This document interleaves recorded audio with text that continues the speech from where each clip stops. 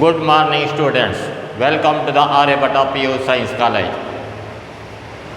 Now we are joining the first PUC Science. ನೀವೆಲ್ಲರೂ ಸಹ first PUC ಸೈನ್ಸಿಗೆ join ಆಗಿದ್ದೀರಾ. ಈಗ ಕೆಮಿಸ್ಟ್ರಿ ಕ್ಲಾಸಲ್ಲಿ ನಿಮಗೆ ನೀವು ಕೆಮಿಸ್ಟ್ರಿ ಸ್ವಲ್ಪ ಈಸಿ ಆಗಬೇಕಾದ್ರೆ ಕೆಲವೊಂದು ಬೇಸಿಕ್ ಇನ್ಫಾರ್ಮೇಷನ್ಸ್ ಇದೆ. ಆ ಬೇಸಿಕ್ ಇನ್ಫಾರ್ಮೇಷನನ್ನು ನೀವು ಚೆನ್ನಾಗಿ ಕಲಿತ್ರೆ ನೀವು ಒಳ್ಳೆ PUCಲಿ ಒಳ್ಳೆ ಹೈ ಮಾರ್ಕ್ಸ್ ತೆಗಿತೀರ. ಫಿಸಿಕ್ಸು ಇದು ಬೇಸಿಕ್ ಇದೆ, ಇದನ್ನು ಇದನ್ನು ಕಲಿತ್ರೆ ನಿಮಗೆ ಡಿಗ್ರಿವರೆಗೂ ಮಾಸ್ಟರ್ ಡಿಗ್ರಿ ಕೆಮಿಸ್ಟ್ರಿನಲ್ಲಿ PhD ಮಾಡಬೇಕು ಅಂದ್ರೂ ಸಹ ನಿಮ್ಗೆ ಭಾಳ ಈಸಿ ಆಗುತ್ತೆ. ಆ ರೀತಿ ಇದೆ ಇನ್ಫಾರ್ಮೇಷನ್ ಅಲ್ಲ. ಈ first period is one the basic information about this chemistry, first PUC ಕೆಮಿಸ್ಟ್ರಿನಲ್ಲಿ. ಆಯಿತಾ?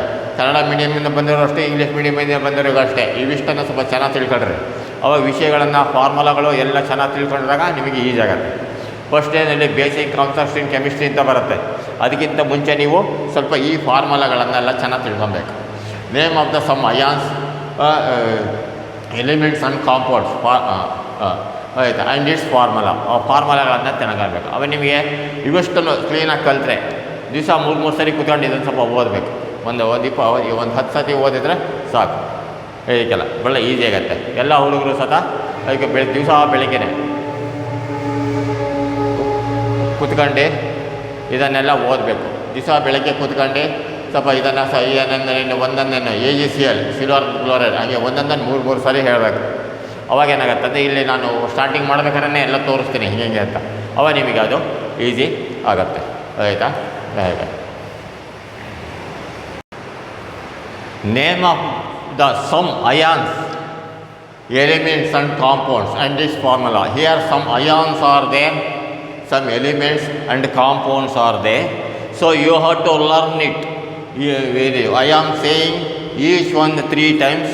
So in the same way you have to note down this, and afterwards it is very easy to understand. So copper, Cu+2 copper, Cu+2 copper, Mn+2 manganese, Mn+2 manganese, Fe+2 iron, that is ferrous, Fe+2 iron, this is ferrous, Pb+2 lead, Pb+2 lead, and Al+3 Pb+2 lead, Al+3 aluminium, Al+3 aluminium, Zn+2 zinc, Zn+2 zinc, Ba+2 barium, Ba+2 barium, Ca+2 calcium, Ca+2 calcium, Mg+2 magnesium, Mg+2 magnesium, NH4+2 plus ammonia, NH4 plus ammonia, Cl minus chlorine, Cl minus chlorine, Br minus bromium, Br minus bromium, CO3 minus 2 carbonate, CO3 minus 2 carbonate, SO3 minus 2 sulfide, SO3 minus 2 sulfide, SO4 minus 2 sulfate, SO4 minus 2 sulfate. You know the difference between SO3 and SO4. So SO3 sulfide is sulfate. B+3 boron, B+3 boron, NO3 minus nitrate, NO3 minus nitrate, H2SO4 sulfuric acid, H2SO4 sulfuric acid, HCl hydrochloric acid, HCl hydrochloric acid, HNO3 nitric acid, HNO3 nitric acid, K2Cr2O7 potassium dichromate, K2Cr2O7 potassium dichromate, NH4Cl ammonium chloride, NH4Cl ammonium chloride, Br2 bromium gas, Br2 bromium gas, N2O nitrous oxide gas, N2O nitrous oxide gas, NO nitric oxide gas, NO nitric oxide gas, BaSO4 barium sulfate, BaSO4 barium sulfate, FeSO4NO nitroferrous sulfate, FeSO4NO nitroferrous sulfate, AgBr silver bromide, AgBr silver bromide, NH4OH ammonium hydroxide, NH4OH ammonium hydroxide, PbCrO4 lead chromate, PbCrO4 lead chromate, AgCl silver chloride, AgCl silver chloride, H2S hydrogen sulfide, H2S hydrogen sulfide, NH4OH ammonium hydroxide, NH4OH ammonium hydroxide, NH4 twice CO3 ammonium carbonate, NH4 twice CO3 ammonium carbonate, PbCl2 lead chloride, PbCl2 lead chloride, K2CrO4 potassium chromate, K2CrO4 potassium chromate, CuS copper sulfide, CuS copper sulfide,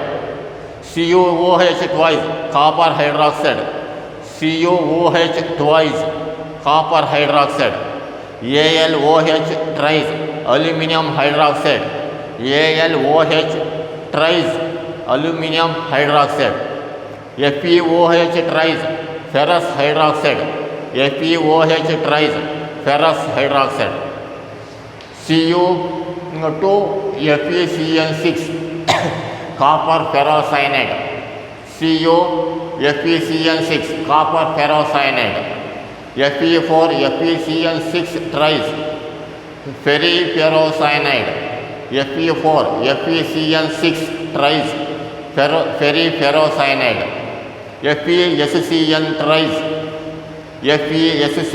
thrice iron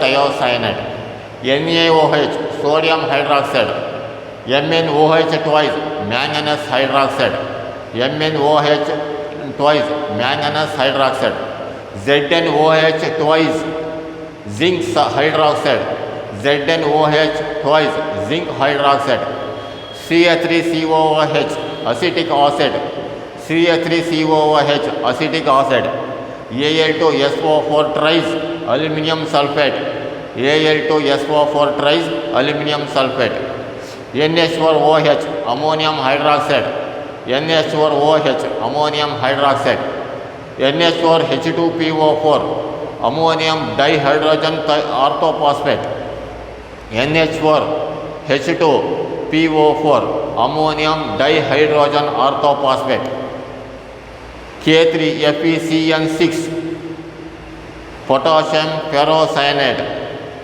K3FeCN6 potassium ferrocyanide, ZnSO4 zinc sulfate, ZnSO4 zinc sulfate, PbCH3COO lead acetate, PbCH3COO lead acetate, NaCl sodium chloride, NaCl sodium chloride, BaCl2 barium chloride, BaCl2 barium chloride, AgNO3 silver nitrate, AgNO3 silver nitrate, NH3 ammonia, NH3 ammonia, PbNO3 lead nitrate, PbNO3 lead nitrate, CCl4 carbon tetrachloride, CCl4 carbon tetrachloride, KMnO4 potassium permanganate,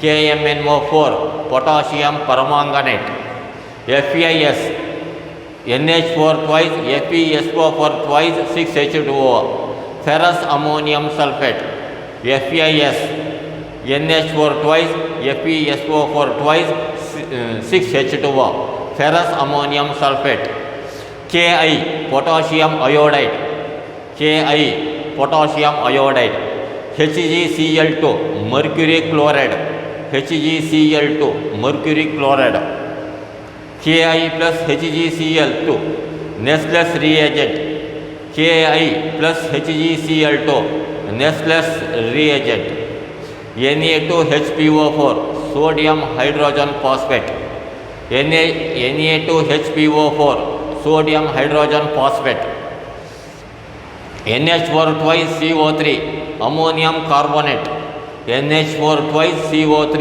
ammonium carbonate, CaCO3, calcium carbonate, CaCO3, calcium carbonate, PbCl2, lead chloride, PbCl2, lead chloride.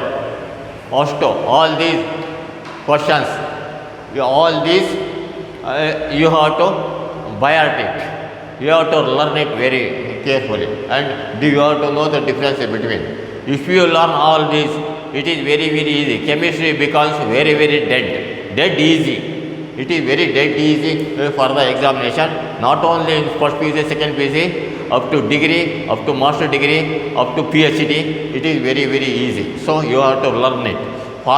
These formulas may ask in the CET exam also, may ask. So you have to learn it. Best of luck.